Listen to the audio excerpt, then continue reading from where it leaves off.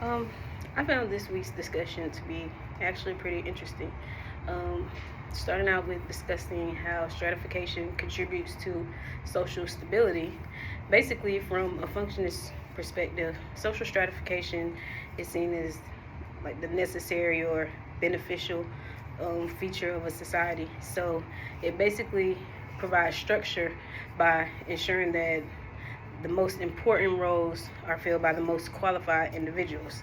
But when you look at inequality, basically from that perspective, it motivates people to pursue education, develop skills, and compete for positions like that would help contribute to societal functioning. Um, Stratification, it also helps to maintain order. It creates like predictable patterns of interaction, like people know their roles, responsibilities, and expectations, in a sense, in society.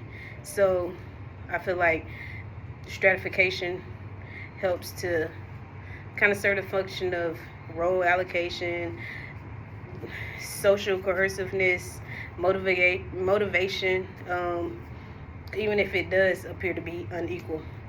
So, when discussing class struggle and competing interests, basically the the video did discuss Brazil and how they overcome the issue of poverty in their country by actually providing more resources to their people, kind of like what they would call socialism here in the U.S.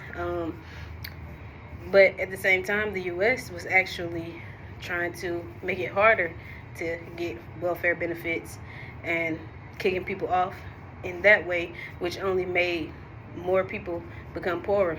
So it backfired and really increased poverty instead of like motivating them to go ahead and pursue education. For some it does, but for others you have other factors, mental health issues, substance abuse issues. So it really just depends on the individual.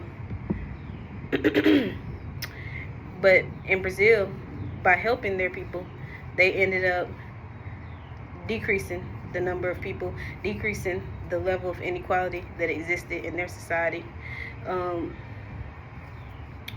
so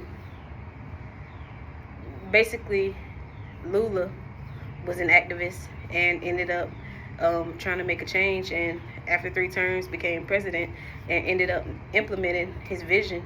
And he was the main reason why Brazil was able to resolve the issue of like class struggle or social conflict, so to speak. Um,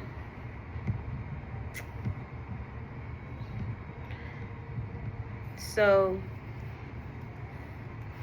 labor unions, I feel like they do promote equality and equity because number one, they fight for the worker no matter who they are. As long as you're employed, then they have to fight for you. But they also set standards, laws, regulations to prevent certain things from happening, child labor or stuff like that.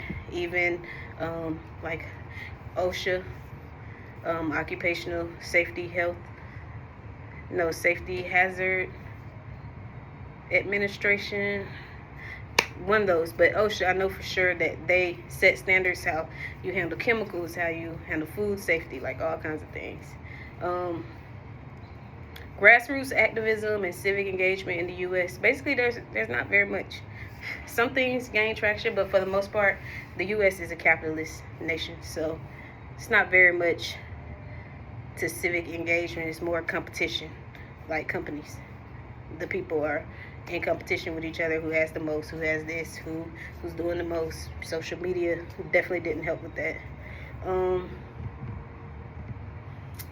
And transitioning towards a more socialist society in the U.S., that would happen as once people have enough and want to change their government and do a complete 180 and try something different. We're rooted in certain racisms, prejudices, and inequalities from immigrants to African Americans, Hispanic Americans, well, Latin Americans, just in general.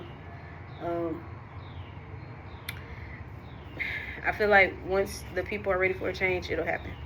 So I can see it happening, especially with the current climate right now. Thanks.